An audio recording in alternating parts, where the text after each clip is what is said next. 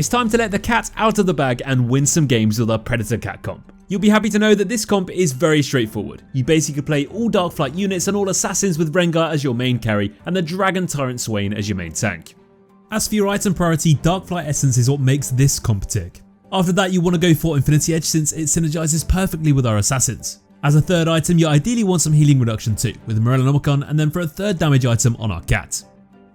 The strength of this comp is that it will obliterate enemy backline carries in a matter of seconds. But since half of your team consists of assassins, they are squishy targets if your opponents know how to reposition against you. This is a slow roll comp, so you'll aim to roll for Rengar 3 at level 7 while staying above 50 gold. If you need to stabilize however, don't be afraid to roll a little bit more aggressively and 2-star your entire board, whilst also finding a copy of both Nilah and Swain. So at level 8 you want to run Rengar, Swain, Nilah, Qiyana, Diana, Rel and Aphelios. Your best chance to win with this comp is by getting an uncraftable item from your first Augment selection, or drop a spatula to ensure the Darkflight Essence. Having Rengar 3-star is also huge, as he'll literally jump from kill to get that hunt going. That's why having enough gold in the bank with early wins for your slow rolls is also super important, before you can consider pushing for level 9 to finally throw in Graves for more damage and a board stun in Tempest. Lastly, Augments also play a big part in a comp like this one. Having a Darkflight emblem or an Assassin Heart for example basically lets you play your complete board during your mid game and save you tons of HP. But more on that in the Augment section. Let's first talk about unit pickups and their options. Since we're playing all Darkflight and Assassins that are available, we ideally want to start the game with one of these two traits. Rel and Aphelios are the lowest cost Darkflight units, so you can always back them up with 1 costs like Sejuani and Senna. As far as assassins, Qiyana is the lowest cost, which you don't want to 2-star anyways, so don't forget to pick her up for the later stages of the game. In the mid game you should have found a copy of your 3-cost assassins, Rengar and Diana. But since we are playing Darkflight, it's always a good call to play a second Darkflight copy like another Rel or another Aphelios. If you notice you lack too much frontline though, simply add in more Cavaliers like Lilia and Nunu. In the late game you want to find your highest cost units, Swain and Nilah. If you do find lots of Graves copies though, consider picking him up as well, as a 2-star Graves can also fit in just perfectly. Hecarim will also be a good choice to consider as he's going to contribute to Cavalier whilst also granting some utility. Replacement units are always great options as they'll make you play around what the game offers you, so let us quickly break down this comp. Aphelios and Rel are our trait fillers. The Dragon Tyrant Swain and Rengar form your main Darkflight core. And finally, Qiyana, Diana and Nilah form your assassin core. For your trait fillers you can look to replace both for something that can either interrupt enemy teams or stall the fight for a longer duration. This can be something like a Terra, Ao-Shin, Zippy or simply 2 high cost utility units like Bard and Soraka. As for those Darkflight core and your main carries, you simply just don't want to replace them, as there's no real Darkflight comp without them. For your assassin core you can always drop 2 assassins to slot in 2 more Darkflight units for more bonus stats. Just make sure you're always sacrificing either Qiyana or Sejuani, as all the other units bring more value to the team than those two. If you decide to keep Qiyana as your second assassin, you could also run Graves for Tempest and a potential new carry. Now before jumping into our main carries itemization, let's talk Darkflight. Darkflight units get an item copy of the item that's put on the sacrifice unit. It's worth mentioning that you don't want to waste gold to 2-star your sacrifice unit, as sacrificing 1 or 2 stars won't make any difference. So put any spatula emblem or any uncraftable item onto a 1-star Qiyana and let her give Darkflight Essence to all of your Darkflight units. Other good items to sacrifice are Zeke's Herald, Zz'Rot Portal or Protector's Vow that will give your team shields for days. Keep in mind though, with each different item you'll have to take care of your positioning, so we'll cover this at the end of the video. Now let's jump to our cat. Rengar is your main carry in this comp. As Darkflight is his origin, he'll already get the Darkflight Essence copy at the start of each round. So remember to never give him a third item by accident, or else the Darkflight item will just go completely to waste. Being an assassin by class, he obviously loves an Infinity Edge most though, and lastly you want to go for some extra damage in Runaan's Hurricane. Hand of Justice or Bloodthirster however are also very good items to consider. The Dragon Tyrant Swain is the second most important Darkflight in our comp today. He'll spread his Dragonlings onto most of the enemy board, so giving him a Morello's will be massive. After that you want to follow up with those tank items such as Bramble Vest and Dragon's Claw. You can also go for more damage in Archangel's Staff or other tank items such as Warmog's Armor or Titan's Resolve. Unlike Rengar, it's fine to have a third item on Swain. The Darkflight Essence will give its stats to all Darkflight units, even the ones with 3 items. So having a third item on your Darkflight Dragon will often help you clean up the enemy boards.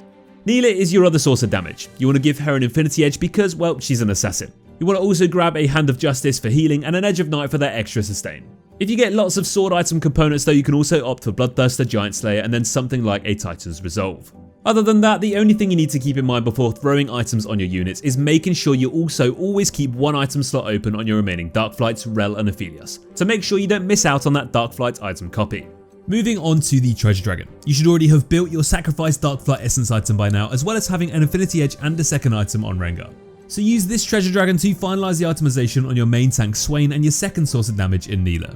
If you are super lucky and you've dropped the ideal item components for your carries already, lots of gold will make 3-starring Rengar much easier. When it comes to spatulas, the only buildable one we want to consider building is a Cavalier Spat. This will activate Cavalier 2, which will make Rel a tiny bit tankier. Remember to check out all of the best and newest meta team comps as well as other full expert video guides over on our website. Now let's talk about Augments. It goes without saying that Darkflight's Heart's Crest or Crown are instant pickups. Place the emblem on Qiyana for the sacrifice and play Graves instead of Rel. The same applies though to any form of Assassin Augments. An Assassin Heart lets you take out Diana for Graves, who'll activate Tempest and deal some decent damage on his own with Cannoneers. Portable Forge is also one of the best augments of this comp as it's basically a guaranteed Darkflight Essence, so don't worry about what items to take and just pick the augment. Other augments that are slightly weaker but still really good are any healing augments such as Celestial Blessing or Thrill of the Hunt to ensure your hunter's safety after each kill, or Radiant Relics as this is another way to ensure your Darkflight Essence. But never be afraid to pick up an augment that gives a generic upgrade to your team. Augments like Tiny Titans, Ancient Archives, Better Together, Component Grab Bags or anything cybernetic all work fine. Let's talk about strategy. The best starter for this comp is from getting a Darkflight opener with Rel and Aphelios. Then you want to add in the 1-cost Sejuani to activate Cavalier and grant your team some extra health with Guild. Now you can throw in any unit that synergizes like Senna and sacrifice her on the Darkflight Hex. An opener like this will most likely get you on that win streak, especially if you can already build a spatula item on your sacrifice unit. Finding an early copy of Rengar is even better though, since that means one extra item copy on your units. If you do get this lucky though, you want to make sure Sejuani is your new sacrifice. But going on an early lose streak in order to ensure item priority in the carousel is also a pretty viable strategy. Level up to 6 at 3-2 and continue building upon Darkflights. The mid game is where the hunting really starts. So make sure you're stabilizing by finding a copy of your assassins, Rengar and Qiyana. Then save up gold again and roll aggressively at the next level to make the best out of that Darkflight trait. You also do want to play the mid game in a different way to any other comp plays. Try to throw in as many Darkflight units so that you get as many bonus stats from the Essence as possible. So don't be afraid to play 2 1-star copies of Rel, Aphelios or Rengar over any of your synergies. Level up to 7 at the start of stage 4. This is where you want to roll more aggressively to find a copy of Swain as he'll be a huge power spike and start winning you lots of fights. But if you do find yourself with lots of unit pairs on your bench, it's also fine to completely roll it down. Ideally then you want to econ back up to start your slow roll strategy to hit that Rengar 3-star. If you don't have enough HP or gold left though, simply focus pushing experience for the next level whilst keeping a copy of Diana on your bench. Level up to 8 at the mid or the end of stage 5 after you hit that Rengar 3-star. This is also the time to find Neela and start slicing up the enemy teams by activating Assassins 4. Then you want to make 2-starring your board your next goal before saving up some gold again. Now that you've got Rengar 3-star and every other unit 2-star, the only major power spike you'll get is to save up gold and use this to rush to level 9 and then add in Graves. Before moving on to the positioning for all different variations, let's cover the fundamentals first. Place the low-cost Darkflights Rel and Aphelios with your main tank Swain in the front line. This will result in them dying pretty early on in the fight, giving your main carries the bonus attacks from the get-go. Speaking of those carries, have your Neela and Rengar always jump onto the enemy backline side to make sure you get rid of the enemy team's high damage first. So that is the overall positioning, but let's jump onto the different item sacrifice variations. The second strongest version of this comp is if you have Zeke's Herald. Since this item will boost the attack speed of 2 adjacent units, you simply want to have all of your units except your frontliner Swain lined up in the backline. Another thing that's really important here is that you always want Rengar sandwiched between Rel and Aphelios, so he gets that attack speed boost from all sides. Another version you can try in this comp is by sacrificing Protector's Vow instead to grant your team shields for days. This is going to stall the fight for a longer time than the Zeke's variation, and to make up for the attack speed you want to change the second healing item on Rengar to a Guinsoo's Rageblade. The shields will keep him alive long enough to get those Rageblade stacks going. As for your positioning, you want Aphelios and Rel right behind Swain to make sure they also get some damage to proc the Protector's shields.